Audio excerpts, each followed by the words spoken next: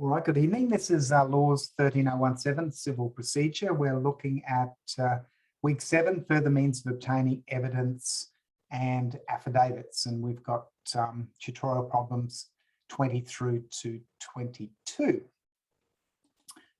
All right, so the first problem we've got this evening relates to a problem that we looked at way back, which was problem 7, which was about Peter, who was injured in a water skiing accident. Might recall that one. So basically what's happened is that Peter's guardian, Samantha, told Sam Skipper, who was the owner of the water skiing business, that he was negligent in not checking the wear on the tow rope and failing to look out for submerged logs, and that was the basis of the personal injuries which Peter was injured. So he then told that Sam Skipper now lives in Rockhampton in Queensland, and that a statement of claim seeking damages for the tort of negligence has been filed by Peter's guardian in the Supreme Court. There's a process server by the name of Julian, and Julian advises that it's very difficult to serve Sam Skipper. He lives in a high-rise building with secure access. Other residents have advised Julian that Sam is rarely there. It is known that Sam is in contact with his estranged spouse, Sally, who also lives in Rockhampton at 25 Bingle Street. And there's a recorded conversation between Julian and Sally. She is heard to say, "Yeah, I see Sam every fortnight when he comes to pick up my son for an access visit." And then you're asked, draft an affidavit in support of an application for substituted service on Sally. Okay, so that's the estranged spouse. All right, so what are the requirements for substituted service? Does somebody want to have a go at that? You should all be familiar with this. You would have looked at this in your assignment. Any suggestions?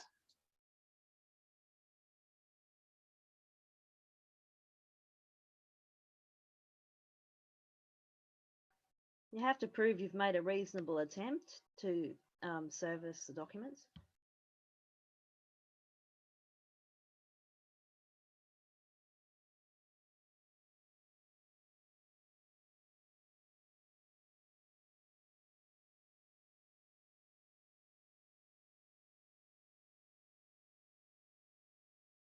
Sorry, Stephen, you muted. Sorry about that. Yeah, in the assignment, what were the attempts related to? If you think back to that assignment, just you probably put out in memory. They were attempts to recover the money, weren't they? They weren't actually attempts at service. So those sort of things are not really going to help support an application for substituted service, unlike here in our problem now, because you do have a document that's attempted to be served. So what we've got on our facts are attempts at service. All right, so what were the attempts?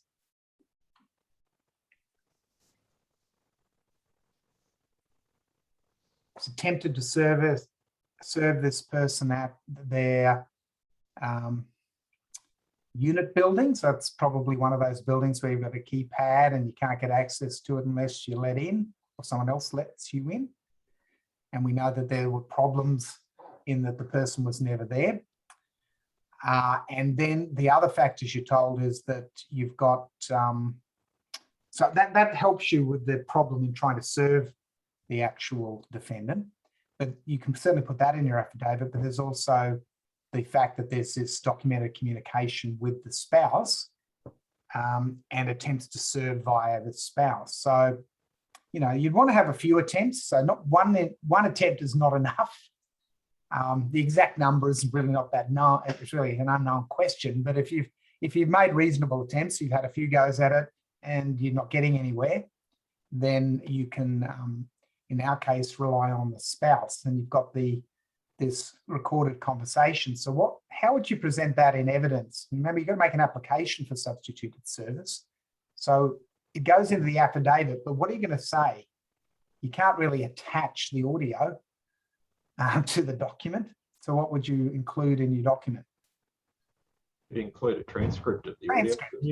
Yeah, you make a transcript of it and you document that in your affidavit. Who makes the affidavit? Interlocutory affidavits. The solicitor. The solicitor can. What about a trial affidavit? There's a difference between trial and interlocutory affidavits, and it's all to do with the hearsay rule. So can you have hearsay in an interlocutory application affidavit? Yes, you can. You can. So when we say hearsay, what we're referring to there is that you are informed by someone else who knows the facts. Okay? If you're avoiding hearsay, it's got to be within your knowledge. Now, in our case, the solicitor, it's not within their knowledge because they're not the ones out and about trying to serve the document. It's the process server. Okay, so the solicitor can be informed by the process server and the solicitor can fill in the affidavit. Equally, you can get the process server to fill in the affidavit. So either way is fine for interlocutory applications. If it was a professional affidavit, server would be fairly familiar with the process.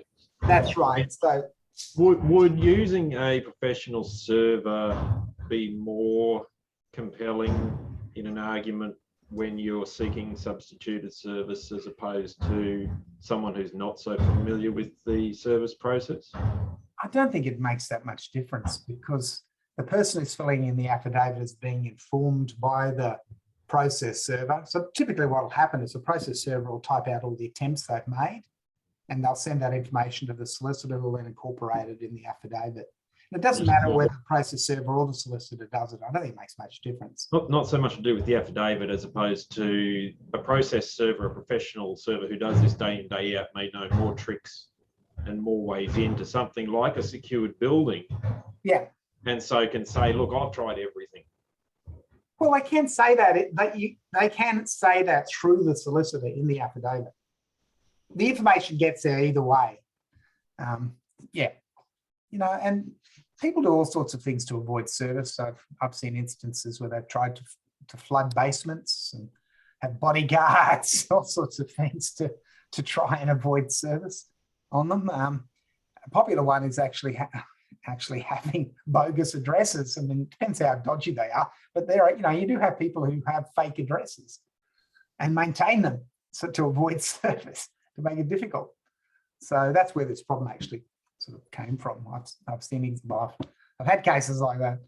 All right, so we've talked about one aspect of it, and that's. Sorry, Stephen. Yep. Just in regards to service, if we're talking about an estranged spouse, and this guy Sam is coming for an access visit every fortnight, who's to say that she's telling the truth or not? All of those kind of things have to be taken into consideration. Whether she's truthful or not. Well, you don't know. Well, you don't know whether she's truthful or not, but you know what? It doesn't matter. As long as that's what was said to the process server and that's what's gone into the affidavit, to the best of the knowledge of the process server and ultimately the solicitor, that's what the state of affairs is, and then it becomes a matter for the judge whether they accept that. Make that call, exactly, and that's fair enough. And I mean, there have been many occasions when if you can't physically gain access to a property or you can't rely on the address that somebody's given for a service, then you can actually have service via email if that has to be the case. Yeah, but again, it just has to go back through the court process. That's right. So I mean, there's other alternatives than our case here of the estranged spouse. If they have a valid email address that they've provided, then that's fine. You've got to come up with a method that'll bring it to their attention. So I've just used the estranged spouse example here, but you could have email, for example, as another alternative. But but if the estranged spouse was lying, as I say, it doesn't actually matter. When it unless you have knowledge that they're lying, then it does matter. You can't put that in your affidavit. But for all intents and purposes, if what you've been told, you've got reason to believe that it's true, then the judge can make a decision based on that. All right, so let's go back a couple of steps. So if we look at the elements that are required in Rule 116, Sub-Rule 3, so we've got to look at a practical impossibility of actual service, and we demonstrate that by the attempts that have been made. The reasonable efforts have failed to serve the document, so that's one element. Another element is that the method of substituted service is one that in all reasonable probability, if not certainty, will be effective in bringing the knowledge of the writ to the defendant. So that's what we're arguing is the case, that there is a reasonable probability based on what the estranged spouse has told us. Okay. And then essentially personal service is legally permissible once you've met all of those requirements. So that's all that's needed. Your affidavit's in form 46. So like all of the forms that you started filling in with your assignment, if you went the magistrates court route, you would have seen the particular forms and how you fill them in. You'd include the transcript of the conversation, and that's essentially it to that particular problem. And that's quite a common thing that you're going to encounter if you do any debt collection work, particularly. I would assume employers would have to be a reasonably good avenue for service in that sort of situation. If they've got a job, they're going to go to it. Yep, exactly. And to go through their employer would be. Yep. That's another way of doing it. I mean, if you have a private investigator, for example, that identifies that a person is working for someone, you can verify that they're an employee, then yeah, that's another avenue. Absolutely. You're basically looking any way that you can serve them. All right, so that's that one. We'll keep going because some of these ones are quite involved. So problem 21, it's a little bit to this one. So this one, you act for Rachel, a quirky inventor who's invented a new form of illuminated ice cube. Took me a while to find a picture of an illuminated ice cube, but I did find one. Anyway, she's invented this in Stanthorpe, which isn't the ideal place, especially in winter, for illuminated ice cubes. But anyway, she takes her prototype to an ice manufacturer, Frost Proprietary Limited, for evaluation. Frost Proprietary Limited's factory is 55 Cole Street, Bundamba, which is a suburb of Brisbane. Rachel recalls that when she left the Frost factory, they had in their possession several things. Okay, so let's have a look at these things. Plans and specifications of Rachel's illuminated ice cube. So that's something potentially relevant. A hologram of Rachel standing inside an illuminated ice cube, perhaps not so relevant. The original prototype ice cube, that's probably relevant. A collection of antique ice sculptures, well, that's probably not very relevant to anything. An MYOB account keeping system. That one, it's hard to say the relevance of. You'd have to look at what was in the account keeping system, but yeah, so there's a question mark over that one. So we're then told that Liz Cold, the managing director of Frost Proprietary Limited, lives in Christchurch in New Zealand and has in her possession the original evaluation agreement entered into between Frost Proprietary Limited and Rachel. Well, that's a document you want to get. Okay. Much to Rachel's annoyance, Frost Proprietary Limited has lodged a patent application and has entered into negotiations with a foreign company, and apparently that this is a valuable negotiation. So Rachel's basically had her idea misappropriated and she's out in the cold, as it were. So Rachel has commenced proceedings in the Supreme Court of Queensland. So that's a problem, isn't it? Is she in the right court? What are we dealing with here? She's arguing breach of copyright. She's in the wrong court, isn't she? Where should she be? Should that be federal court? Federal court. She should be in the federal court. So I just slipped that in there just to remind you that you've always got to think about where the cause of action should be. Now, we'll assume it's in the Supreme Court, but it should be in the federal court. Anyway, she's seeking an injunction to prevent the patent application from proceeding. The action is set down for trial in 28 days, so it's not far off. So then you're asked, what procedures are available to ensure that Frost Proprietary Limited, okay, which is the defendant, and Liz, okay, so Liz actually isn't a defendant. She's not a party to the actual proceedings at this point. Produce any relevant materials at the trial. And the second part of the question is using the correct court forms, draw the necessary documents to achieve this result. Okay, so let's have a think about this. Now, Liz Cold is in New Zealand. Let's assume she's in New Zealand at this point. How on earth are we going to get the document out of her?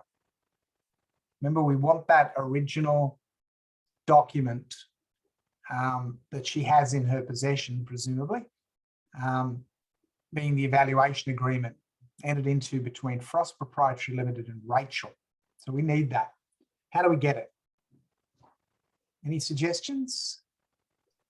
Subpoena for production. Yep. So it's a subpoena, certainly for production. What's the problem? Nervous because it's in New Zealand. That's right. She's not within the jurisdiction. So there's actually no rule of court or inherent jurisdictional power to issue a subpoena for service internationally. So you've got a problem in that she can just ignore the subpoena. Now, fortunately, with respect to New Zealand, there is an act that enables you to serve the subpoena in New Zealand. Does anybody know what that act is? It's the Trans-Tasman Proceeding Act. 2010. It's a Commonwealth Act. Okay. Is it? Oh, okay. Yep. Are you right there, Vivian? Yes. What about the Evidence and Procedure Act? No. Now that one's an older act, so it's okay. It's been replaced by the 2010 Act. Yeah. Okay. But basically, they do the same thing, and it enables you to serve this subpoena for production in New Zealand. And when Liz Cole receives it, she's got a choice as to what she does about it. So she can produce the document to the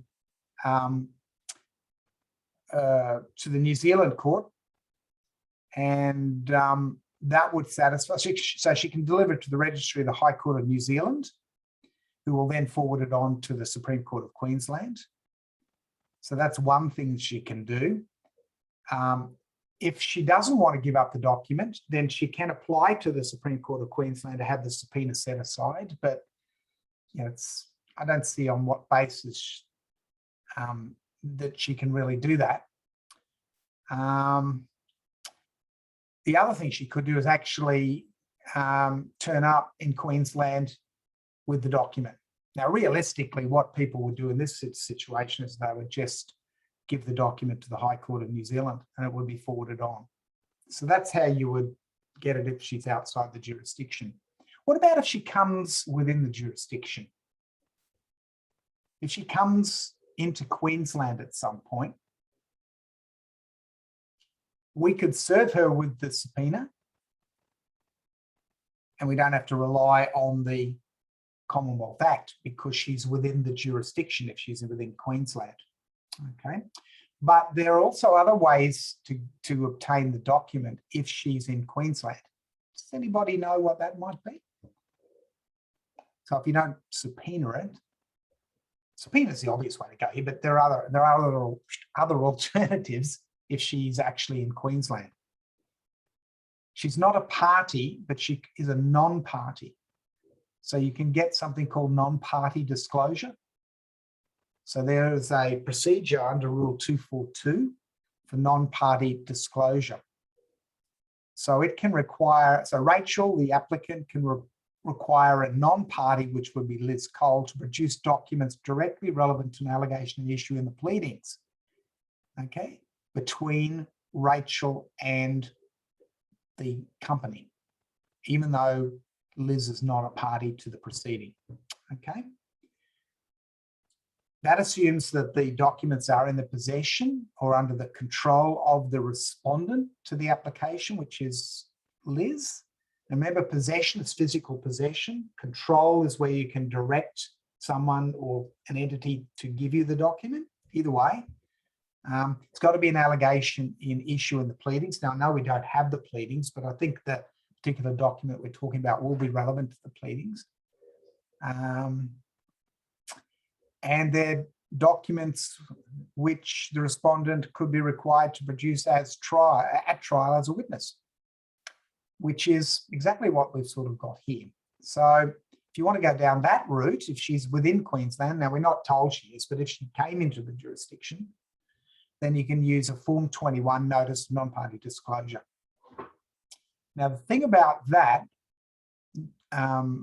Rule 242 non-party disclosure, you can't use the Trans-Tasman Proceeding Act, that Commonwealth Act, to enforce that procedure in New Zealand. The only thing you can use that Trans-Tasman Proceedings Act for is the subpoena, not the process for non-party disclosure.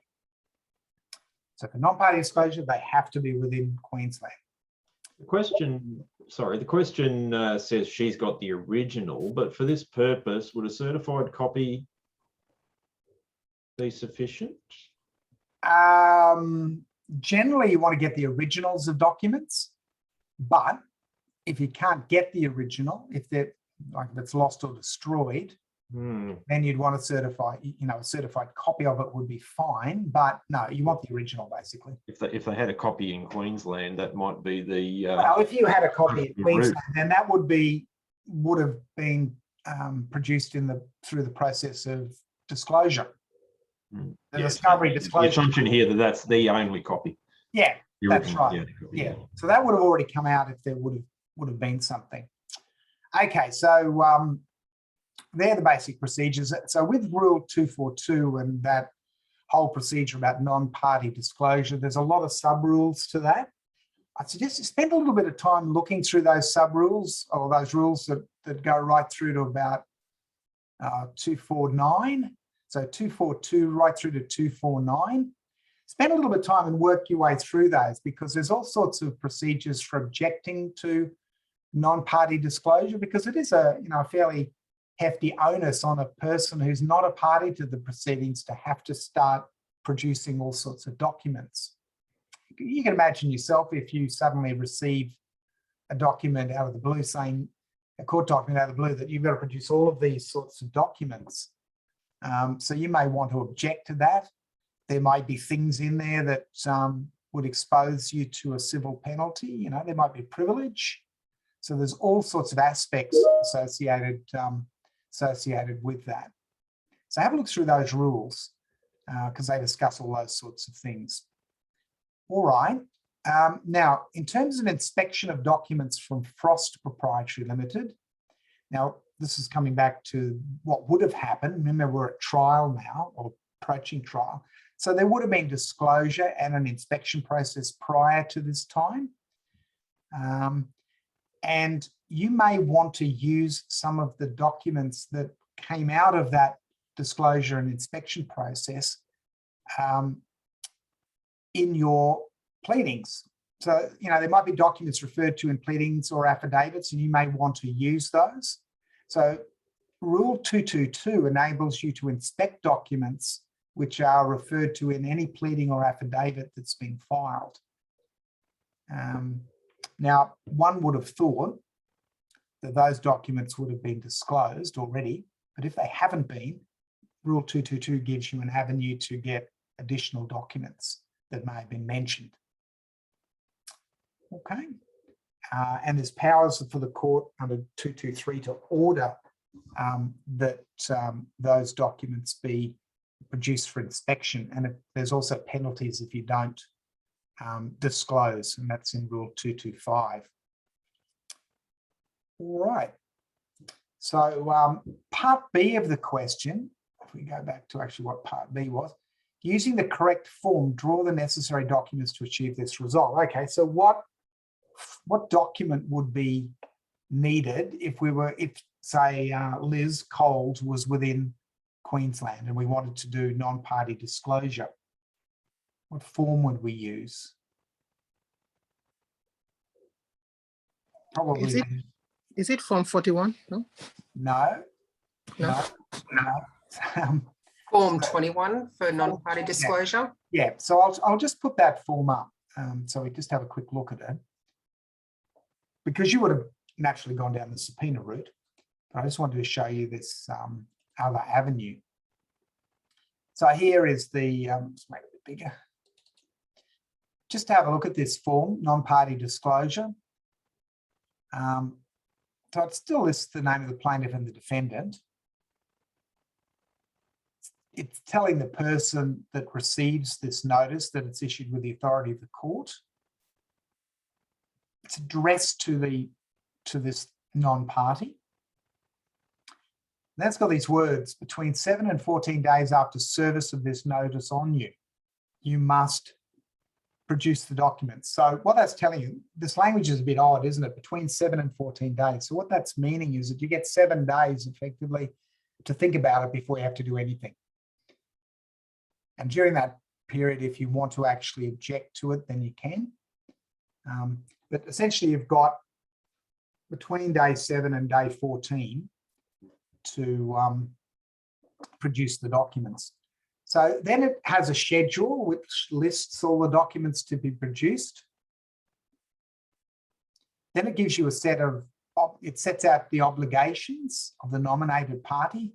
So the nominated party is the third party, the non-party here. So they're required to produce to the requesting party, in our case is the plaintiff, the documents listed above. Okay. So it gives them all sorts of notifications of their obligations. Then it tells them that they have some rights as well.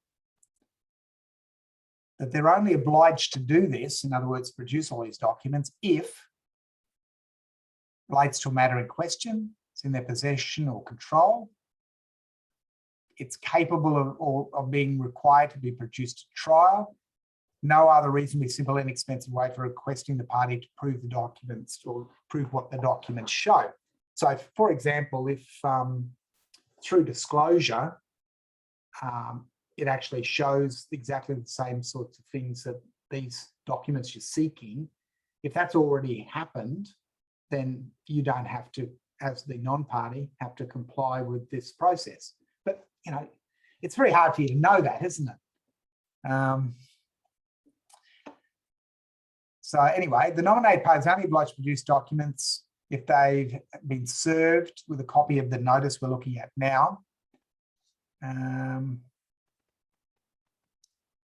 All right, what else has it got in there? If you want to object to it, it's got to be in writing. You've got to serve your objection on, in our case, the plaintiff, and you've got to state the reasons for any objection you've got.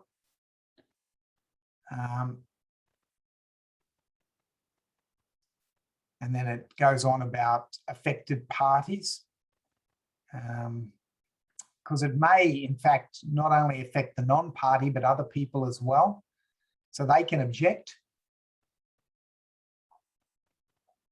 And then there's a requirement of this certificate, of a certificate by the solicitor.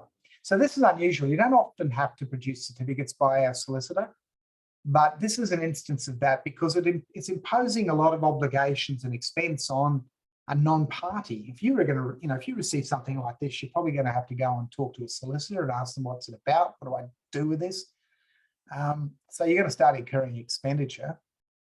So there's a requirement for the, in our case, the plaintiff's solicitor to certify that there's not a simple, inexpensive way of avoiding this whole process and still getting the same outcome that's found in these documents. So that's what that certificate is basically saying. All right. So that's if you want to use that procedure if Liz Cold is in the jurisdiction in Queensland. But if she's not, then you're looking at the Form 41, which I think Vivian mentioned earlier, which is the subpoena for production. Okay. So this is basically your subpoena. So it's addressed to Liz Cold. It'll say where she's got to turn up to attend and produce these documents. Now, normally it'd say the Supreme Court of Queensland here and the address of the court at a certain time. Schedule describes the documents you're after, gives them a big warning that, you know, if they don't comply with it, then all sorts of dire things happen to them. Contempt of court.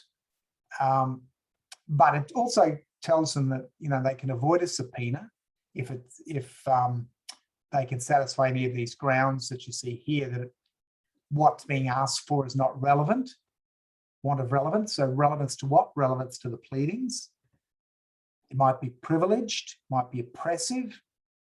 There might, you know, a lot of, as you can see, it talks about substantial expenses, which might be reimbursed or potentially not reimbursed. They've got to be given conduct money as well to comply. You can ignore a subpoena if you don't get conduct money. So if you're requiring them actually physically come from New Zealand, you would have to give them at least an economy airfare. Bit problematic at the moment with COVID. So it's not really possible, but it's certainly possible for them to produce the document to the High Court of New Zealand. So there you go. So that's basically what would be required. Actually, something interesting, I was looking, I have a really exciting life. I've been looking through the 420 judgments since the last edition of this civil procedure book that have happened in the courts of appeal around Australia. I discovered something today that in Victoria, there was actually a judgment which in the Court of Appeal in Victoria that denied a right to trial by jury on the basis that you can't have a jury at the moment due to COVID. So that was interesting. Rather than actually delaying delaying until there was a potential for a civil jury trial, they just said, no, you can't have that mode. It's got to be by judge. So I thought, wow, that's an interesting situation. But anyway, that's just by the side, something that cropped up today. Okay, any questions about the process? So basically, in our case, Liz Cold, New Zealand, looking at a subpoena for production, you'll use that Commonwealth Act, which will enable her to produce it at the High Court of New Zealand. If she happens to come within the jurisdiction of Queensland, which is possible, she is a managing director. She may at some point come back into the jurisdiction. If you have sufficient knowledge of that, then you can subpoena her directly in Queensland without having to rely on the Commonwealth Act, or you could use the other process of non-party disclosure. Okay, so they're the sort of choices there. All right, any questions about any of that? No? All right, so the next problem, I'll put up my little picture. I like them, the little pictures. So this is about all these guitars or banjos. So you can see there the problem. You've received instructions from Max Hendricks, who has been served with a statement of claim issued in the Supreme Court of Queensland. The trial started last Friday. Okay, so we're right at the trial. Expected to run for 10 sitting days. All right. So Max was in the last in the line of descendants of Jerry Hendricks, a legendary banjo player, although I don't think there is a banjo in there. Anyway,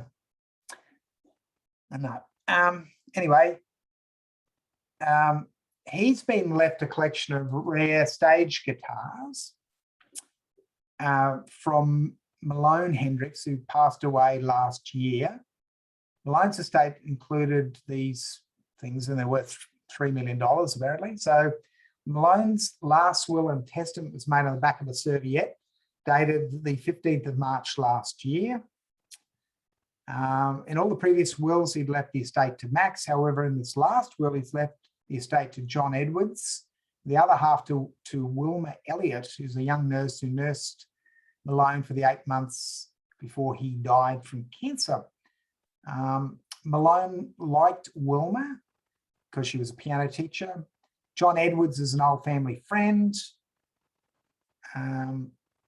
Max has decided to lodge a caveat against the probate of Malone's will. So he doesn't want the will basically to go through the probate process and then all of the assets dispersed. So basically these claims as to who owns this estate, because there's going to be an attack on the will, if you like, due to lack of capacity, that all needs to be resolved. So there's an argument that Wilma may have used undue influence. There's an argument that Malone was not of testamentary capacity when he made his latest will. And on that basis, if he didn't have testamentary capacity, that will is invalid and therefore irrelevant. So you go back to the earlier wills or the previous will, which leaves it all to Max, hence why he's pursuing the proceedings. Okay, so medical evidence suggests that Malone's drug-induced dementia was clinically evident in April last year, 2 months before his death. Okay, so the will was on made the 15th of March. So in April, there's some evidence that he's got a drug-induced dementia. And even the year before last, there was doubts as to the testamentary capacity of Malone.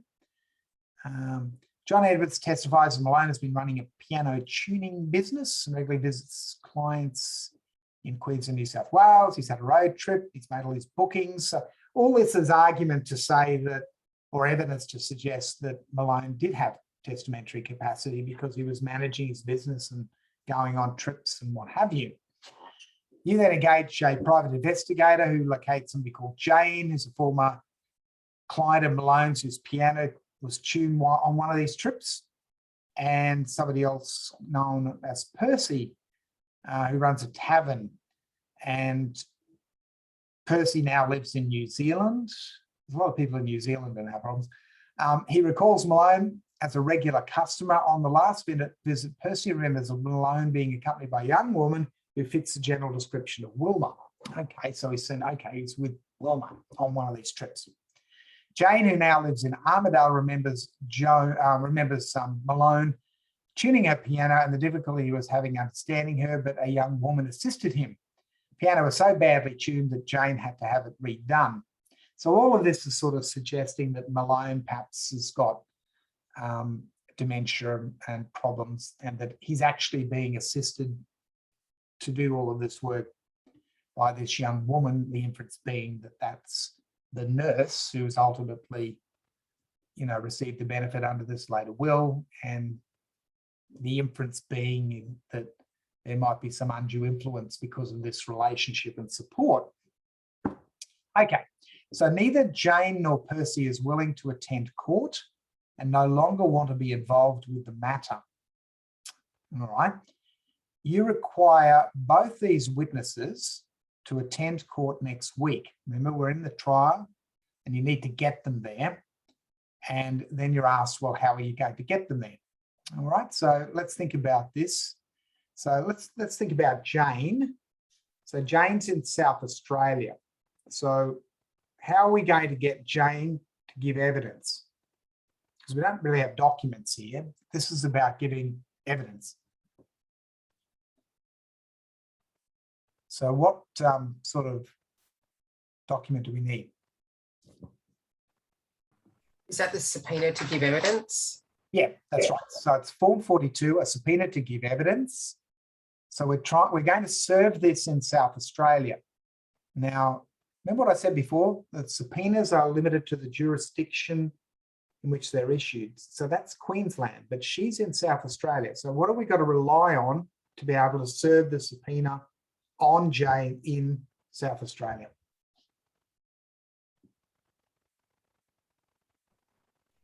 It's not the SEPA.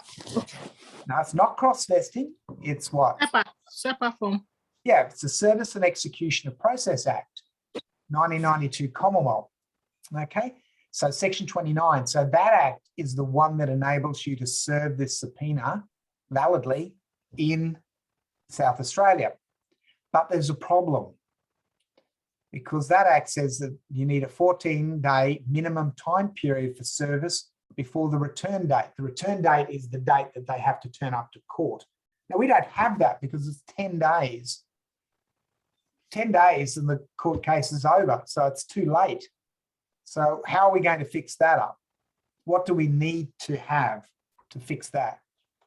So we need to refer to a part of the act that allows for shortening of the time. That's right, an abridgment of time, they call that. So that's section 30 of the Service and Execution of Process Act.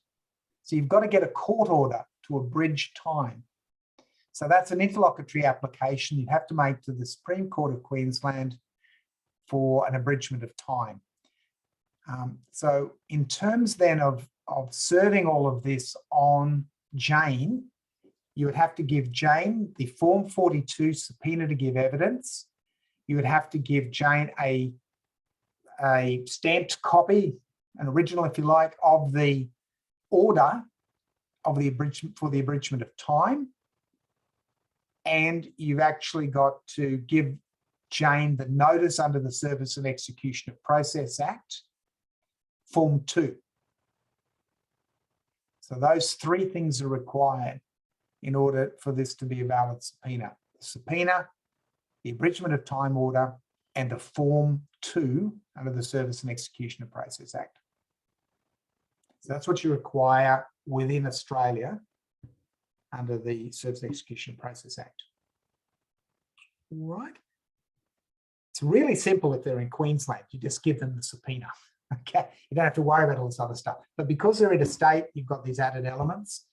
Now, the other problem we've got, so that's Jane's situation. We can have a look at the actual subpoena, I suppose, again. We'll have a look at this one. Okay, so this is a subpoena to give evidence.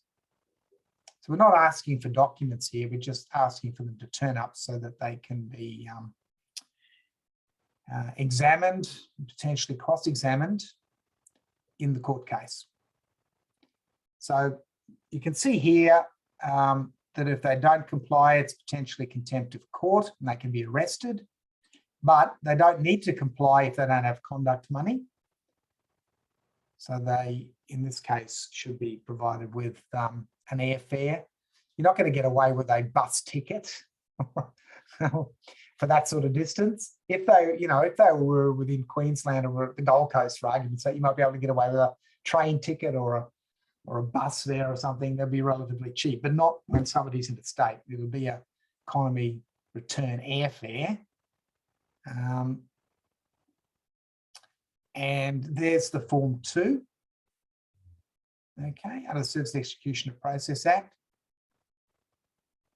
And the bit that I've highlighted there is the bit that says you receive the attached subpoena less than 14 days before the due date for compliance. Remember, this is only less than 10 days, really, the trial's going to be over. And you can see there, and you received with the attached subpoena a copy of the order made by the Supreme Court of Queensland permitting the attached subpoena to be served less than 14 days before.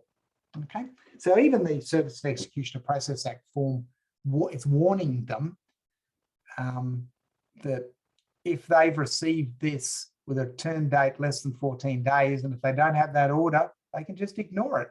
And it's not contempt of court, even if conduct money's been paid. And even if they've been served with the subpoena, it doesn't matter. Because if it doesn't have that order for abridgment of time, they're quite entitled to ignore it. So you've got to make sure you get all the bits lined up, all the ducks lined up for these things to be valid. All right.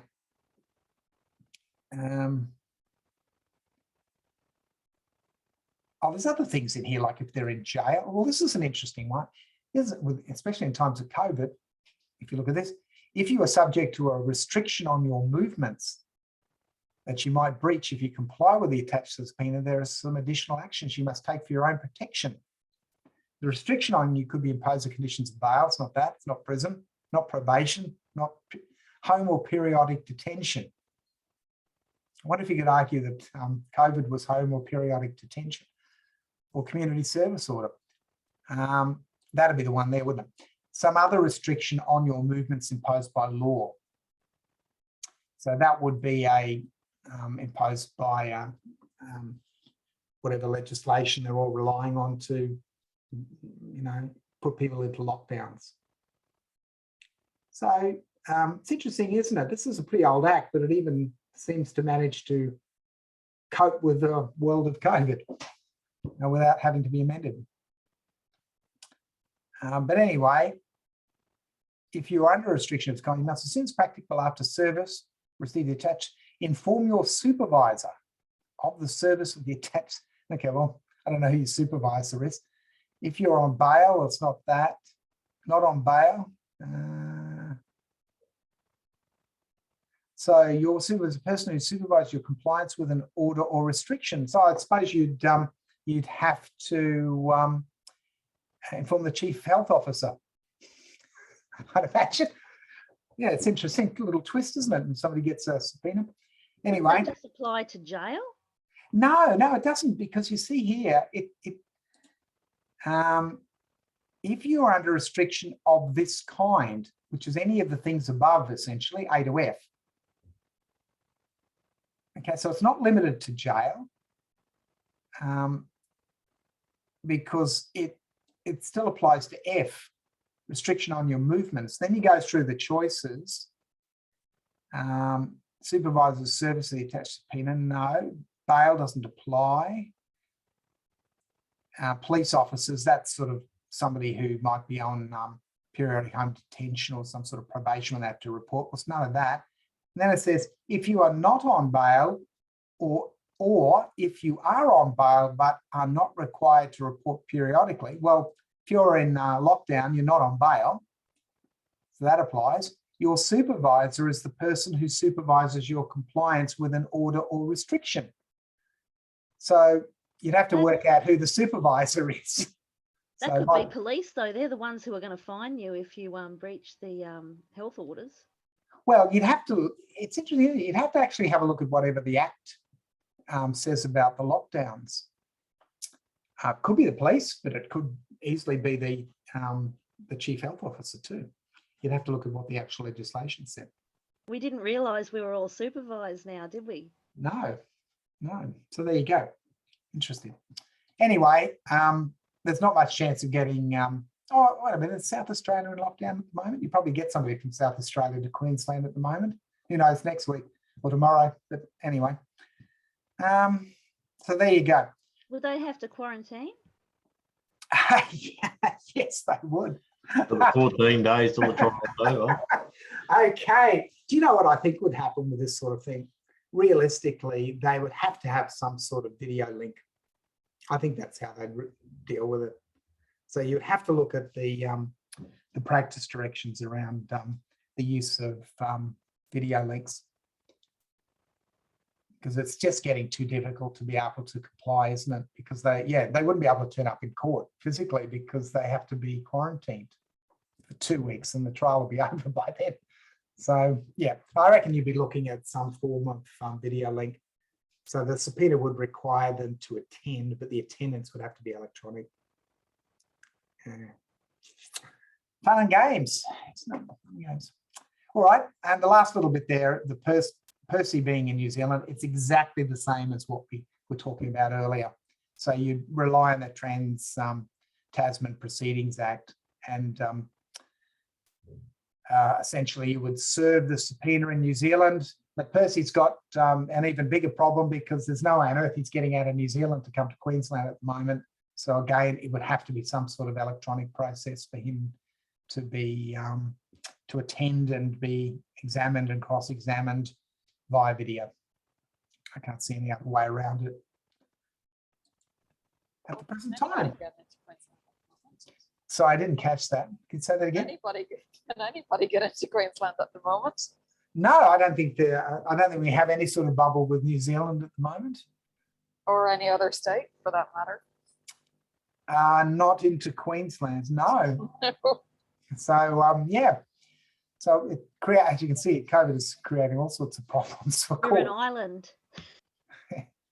Anyway, all right. So that's basically the problems for this week. Did you have any other questions about any of the content for this week? Just on the subject of video linking. Yep. If our Prime Minister can attend the swearing-in ceremony of our Deputy PM via video link because he was quarantining at home, then surely there should be some way around doing it. Oh, look, the courts, all of the courts have been issuing practice directions and statements on their websites about how to handle, keeping the court process alive, basically, while we've got all of this problem with COVID. So there has been a rapid uptake of electronic,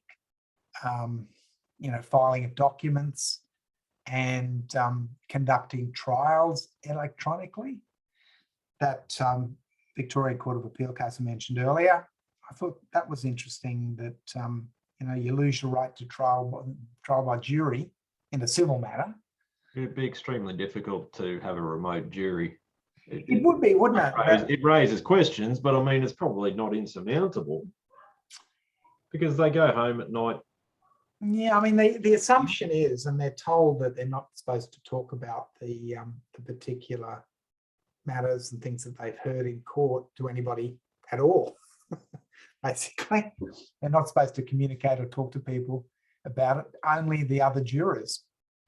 So But unless you sequester them, then there's no guarantee that they're not going to. They can say, yeah, I didn't talk to anybody, but it's to say that. I mean, that's the theory. They probably do talk to people, but that's the theory behind it. But essentially, you're looking at trial by judge, and you're looking at a lot of things being conducted electronically to avoid people coming together. The issue that and it's way beyond the scope of this course because we're dealing with civil matters here, but you do have the right to face your accuser and you have the right to face the people who are essentially going to be deciding your fate, and to do that by a video link, that would very easily be opened up to a lot of scrutiny. Yeah, it is a difficult sort of situation, but it changes. Like it'd be extremely difficult to do this in New South Wales at the moment. In Queensland, we're not really locked down at the moment, so conceivably you can have, civil proceedings happening, but it can change overnight. So you've just got to watch, and you see it on the court website. They're always posting up notices about what the current state of affairs happens to be. But in New South Wales, it'd be next to impossible at the moment. Not for much longer though. Well, yeah. Judging from the latest effort today in Queensland, who knows? We'll probably have another short lockdown and see how we go. I didn't hear the information. I was too busy working. What was the... Oh, there's just more. There's more cases. There's another one with a school age student in a school, but they don't know where they've got it from. So that's a problematic sort of situation. But there's a few exposures. If I'm not mistaken, that was a 10-year-old child and it was linked to a truck driver. There's been other cases linked to truck drivers. There's been a child of a truck driver, but this latest one this afternoon, I think, is not related to any truck. I don't know where the students actually got it from. So anyway, and there's been truck drivers going to Garden City and different shopping centres, and so anyway, we'll see what happens. Watch this space, as they say.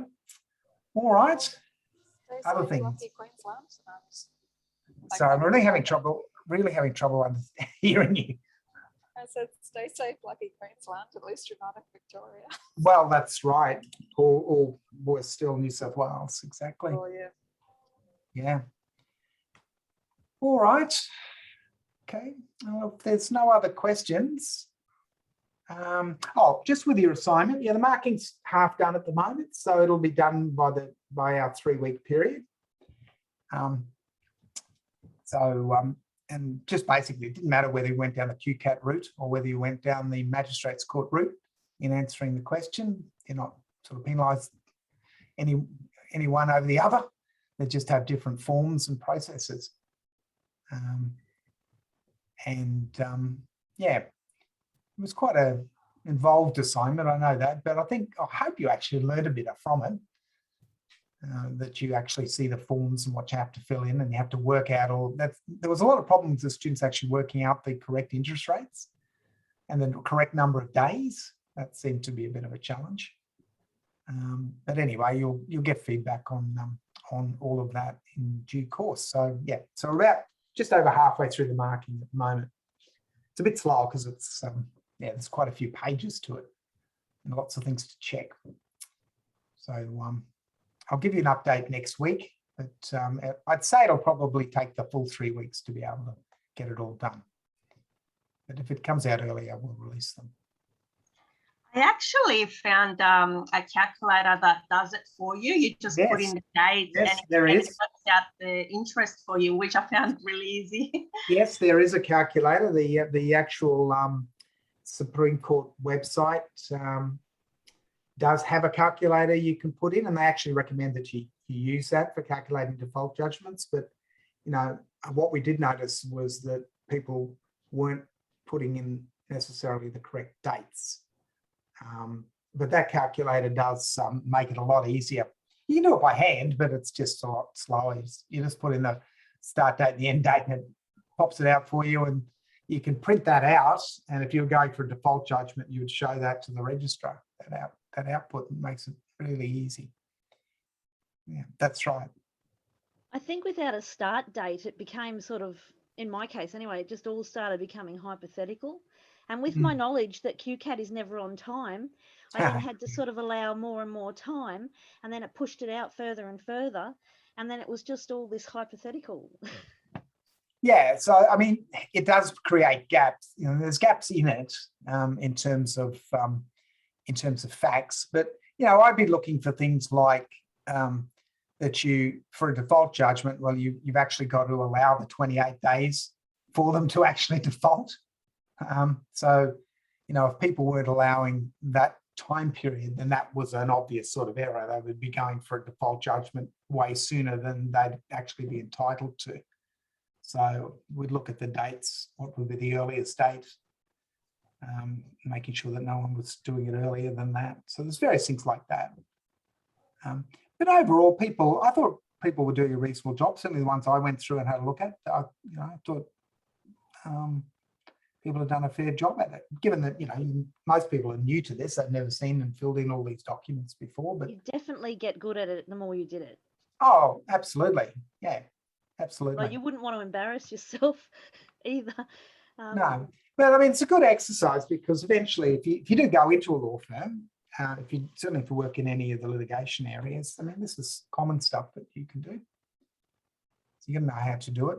You probably do similar things when you go into and do the PLT courses, which is the subsequent course after the law degree. They would have this sort of stuff in there as well. So it'll make it easier when you do the PLT course. Totally random question, but you mentioned PLT. As someone who's been around it for a fair while, is there a preference in your view for PLT over practical traineeship? Not really. I mean, look, when I went through, I did 1 year with a Supreme Court judge and 1 year of articles with a law firm. So I didn't even go through PLT, and PLT was an option at the time. Not really. I mean, the PLT is good in the sense that it does give you a broad range of activities that you've got to do, and they have simulated realistic files. So you're doing the actual things you would do in a law firm on those particular problems. Going the route of articles is hit and miss. It just depends on how good the supervising solicitors are. So, you could have a really great experience or you could have a really poor experience, or mix. It's just a little bit more uncertain.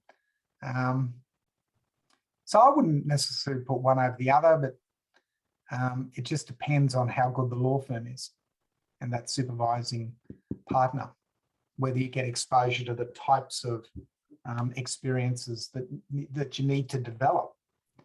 it's a steep learning curve. You've had a fairly steep learning curve with your law degree. It starts off simple and gets more complex as you're noticing. But then there's a big jump again when you get to the next level, when you're actually in practice. And then as you get more experienced, it becomes a lot more easier to manage. It's like anything, it takes time to develop the skills. So my purpose in this particular unit was to try and push you a bit further, closer to what you're going to experience when you get into practice, so that it's not as much of a shock, if I put it that way. Yeah. No, look, I think PLT or article, either way would be fine. My experience with articles was fine. My experience with the judge was good. It's just different sorts of experiences. I don't think they count the experience with a judge anymore, do they? I honestly don't know. I haven't looked at that. I don't think they do. I think that's a shame. Yeah, I think it doesn't count, or it might be it might be a supervision time that if they don't count. That's interesting. It's a shame because my experience with it was very good. I had a Supreme Court senior, it was Justice McPherson in the Supreme Court. He wasn't on the Court of Appeal then, so we had chamber matters, we had crime, we had civil, all the different areas, and it was really good. Circuit, going around the state, all sorts of things. Certainly be invaluable experience if you had any intention of actually becoming an advocate. Oh, absolutely. It was very good for that. Things like chambers was very good as well, all the interlocutory applications, because they're quite quick, and there was all sorts of research for judgment. How formal is the chamber jurisdiction? I mean, do you just sit around a table and talk to the judge, or is it something more formal? No, it's a formal procedure. So they're just short matters, usually up to about 2 hours. And there'll be a chamber list. Is it actually in the courtroom? Yeah. Oh, right. It's in a chamber court. Yeah, it is a courtroom. Yeah. Right. Yeah. And they may well have a call over of matters and determine the order in which they're going to be dealt with, and then they'll all go in one at a time and argue their particular interlocutory application. Yeah. So there you go. And my job as an associate in those days was to basically write down all the orders and put them in the court file and do research and all sorts of things. Just depended on what the matter was. Sometimes the judge would hear things and you'd go and research things and the decision. Stephen, I read a bit ahead and I came across the concept of a judicial registrar. Mm-hmm. And I remembered how you explained to me that the registrar was an administrative position. Yeah. So is that differentiated again from a judicial registrar? Yeah. So judicial registrars, it's effectively as if some of the power of the judges has delegated them for very simple matters. So you see these judicial registrars in different courts. So you see them in the family court, you see them in Supreme Courts, but basically for very simple matters, straightforward sorts of things, there's a delegation of that sort of work away from the judges because they're busy enough trying to deal with everything else. So that's basically, and you can look up the rules, it'll tell you what things those judicial registrars can do. But they're actually judicial officers. Yeah, so they are, but very, very limited powers. Funny, because in the law reform, judicial impartiality, they seem to be looking at really increasing the powers of the registrars and sort of use. Well, they are. The reason for that, look, I think the reason for that is that judges are incredibly expensive creatures. By the time you add up their salaries, and if they've been in office for 10 years, then they get a pension that's quite a high percentage of their salary. So they're expensive. There's not that many of them. And the ones that you've got, they actually work pretty hard. And what they're trying to do by having these other types of officers is to reduce the burden on the judicial officers so that you don't burn them out.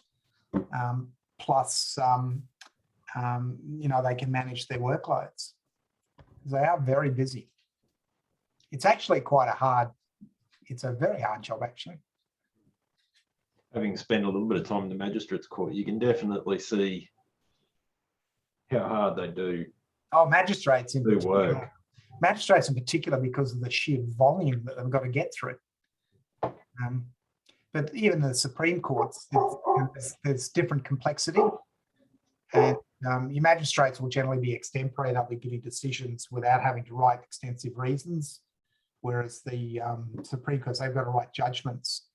So they've got to research, they've got to, you know, there's a lot of work in writing a decent judgment. Yeah. All right, look, it's 7:05. We might stop there. As always, if you've got any questions, problems, anything, either give me a ring or send me an email, and I'll see what I can do to help you.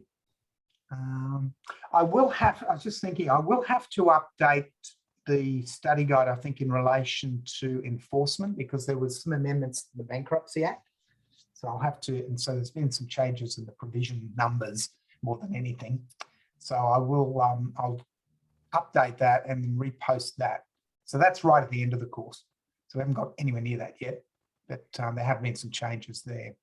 Was Microsoft Teams down today? Because I had a lot of trouble. I couldn't get on there. I actually didn't notice, but there has been some problems with some of the other systems. But I didn't notice Teams was down, but then again, I wasn't on it all day. So yeah, it's quite possible. All right. Usually TASAC will, or they'll send out a message saying something's down, or, you know, if there's some issue with them, or quite often they update things too, which is, they tend to always do that when an assessment is due, which is really annoying. I've noticed. Anyway, all right. Look, we'll leave it there. Good to see you all, and we'll have another session next week. Okay. Cheers.